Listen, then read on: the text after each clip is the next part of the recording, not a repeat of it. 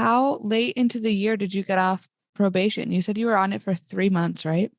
Yeah, I think it was about 3 months. I got off probation. Well, I guess I didn't know if I was technically off or not. We were going to a camp in Wapaka, Wisconsin, no kids camp, and it's a week long. Right before they went to Wapaka, they were in Indonesia.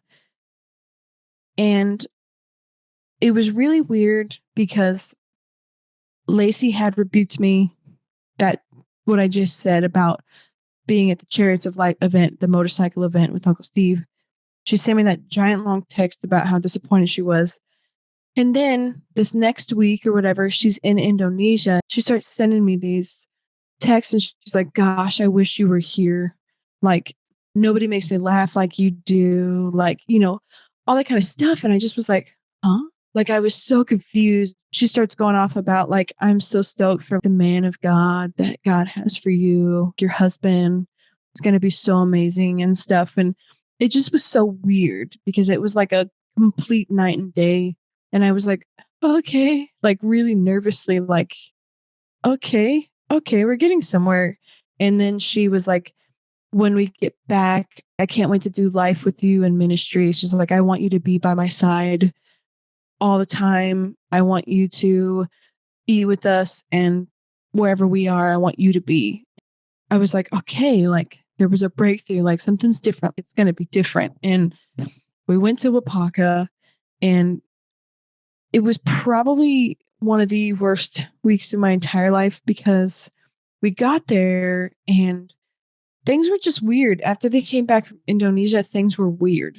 And she didn't want to hang out with the girls, which we've heard in Christina's podcast. Right. So this is the same trip as in Christina's podcast.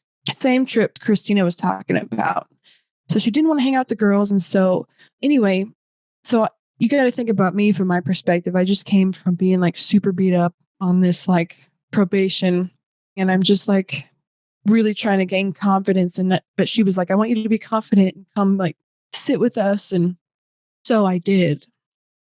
She was in a room hanging out with just all the boys. But I'm not thinking about that. I'm thinking about the fact that she just told me like in the text, like, come sit with us. I want you to be a part of stuff. So I came in and sat down and she stops and she's like, what are you doing? And I was like, oh, I just, I thought maybe I'd just come hang out. And she's like, it's only guys in here. You need to be hanging out with the girls in there. And I was like, oh my gosh, okay. But the way it is in Go, if somebody rebukes you, it gets silent and everybody just watches you. So now it's like always public humiliation for anything. And so then I left and I'm like, but she's the only girl. She's the only girl in there with like 15 guys. Which there's a rule against in Go Ministries, right? Like you're not allowed to be the only guy with girls or the only girl with guys. Yeah, you have to have like, if you at least have to have like 2 girls, it's got to be like 2 girls and 3 guys, or if, 2 guys, 3 girls. It can't be the same amount because apparently if it's 2 guys and 2 girls, you're going to like end up doing it or making out or something. That's what they taught us. Like it's temptation if it's just 2 and 2, but also it was like, it never should be 1 girl and a bunch of guys because then it's going to be like a group thing and it's going to be like the whole group's making out apparently, and it was like nobody thinks that, but that's the way it was taught, which is so weird.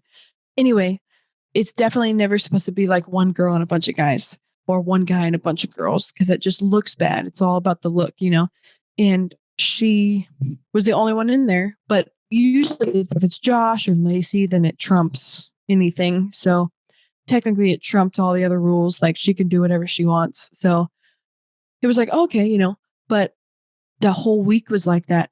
She kept telling me like she wanted me to be close to her. So I would go to sit down with them at lunch or do something. And she would go, what are you doing? Every time.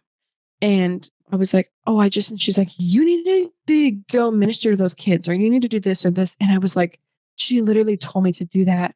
You feel helpless because you're like, I don't know what to do. I'm so confused because you're getting rebuked because you are not being bold, but then you try to be bold and then you get rebuked because you're not wanted at that time or whatever, And so then the other thing is like this whole week, they're like, okay, Randy, what dramas are we doing? And this and this and this. There's no communication.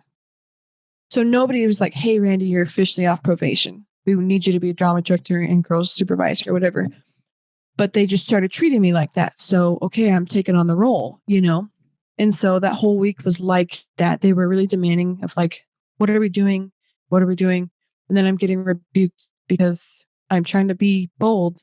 I can't even explain the feeling. You're just like, there's no point of living. Like, there's no point because I can't do anything right. You'd rather just sail the golden shores of heaven. I'm just joking. But after that week, we always go to Josh's parents' house because they're in Wisconsin, a few hours away. We went there, and I remember the guys had the basement, the girls had upstairs, and that's where we were sleeping. Well, everybody went down to the basement to watch a movie. So I went down, but I came up to get some water, and some of the girl interns had come upstairs to go to sleep, but mostly everybody was downstairs. And I remember I went up to get water, and the leader right under Laci came up, and she's like, hey, I don't know if anybody told you this, but you're not the girls leader and you're not the drama director. Like, you're not in leadership still. And I was like, okay. And then they're like, and Laci thinks that it would be better if you're up here instead of downstairs with the boys. So you could spend some time with the girls up here. And I like look over and all the girls are asleep. And I like look back and I was like, okay. So I just went to bed. And then like the next day or something, I hit my breaking point. There is like a million things that happened between all that were just, I could go on and on and on and on about. But it was like that kind of stuff. It was confusing and demeaning and just stuff you just didn't have any worth to them. You know what I mean? And especially to Laci. So there was like one point that everybody's like, let's go get Dairy Queen. And so everybody ran to the cars. I'm trying to be bold still, you know. So I ran towards the car. It was Laci, this other guy, my brother, and then I came up and I was like, hey, I was like, can I ride with you guys? And she like turns around and she looks at me and she's like, no. She's like, if you rode with us, we would be coupled off.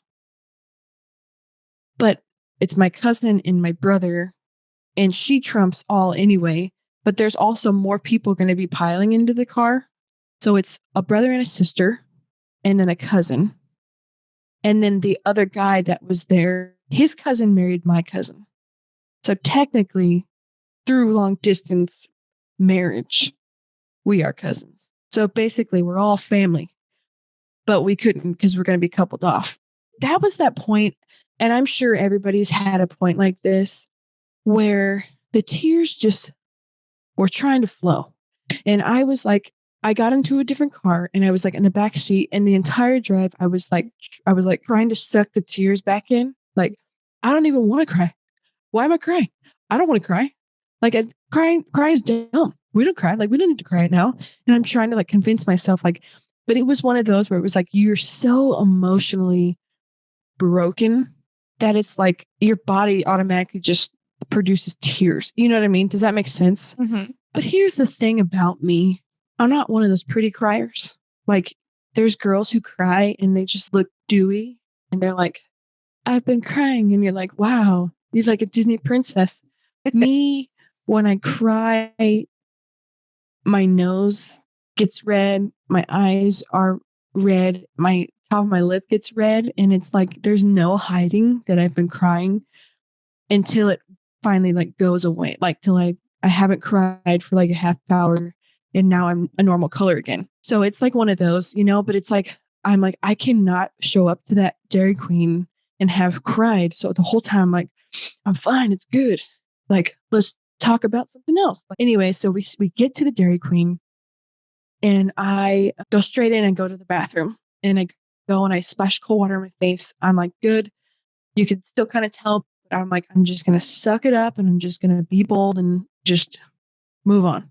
I come out and lo and behold, the one person I don't need talking to me at this point, my brother, he sees me looking at the menu and he's like, sis, are you okay? And I'm like, do not talk to me right now.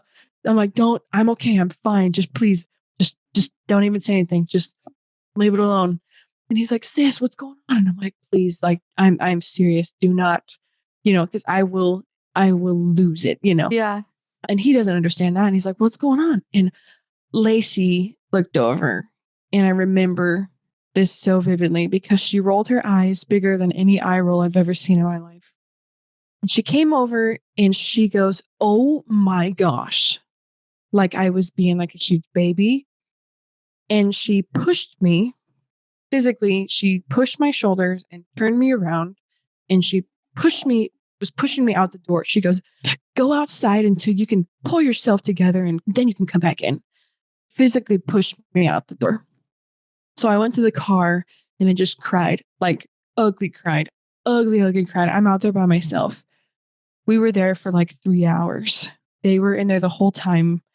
And then they came outside to play a game. I was in the car just crying, and I tried to call everybody I could think of to get some advice, and nobody answered their phone. And I thought, if I just get out of the car, I'll just get a ride home. I'll do something, but I have to leave. Like I have to escape. I have to leave. I cannot do it anymore. I couldn't get a hold of anybody. And I was like, God, please, like, take my life. That's how I was feeling. I was like, I don't want to live. I do not want to live anymore. I have nothing to live for. There's nothing. Like, I wanted to die so bad. And it probably sounds really dramatic from an outsider point of view, but it was where I was at the point. Finally, I'd been crying and all that kind of stuff, and they were outside playing a game. And I finally just was like, screw it. And so I just pulled it together, and I got out and got in the circle to play the game. And Laci looked over at me, and she kind of gave me okay. Like she was almost proud of me for not staying out, but like coming back, And so anyway, we got home, and it was like the first day back, and I am in drama practice.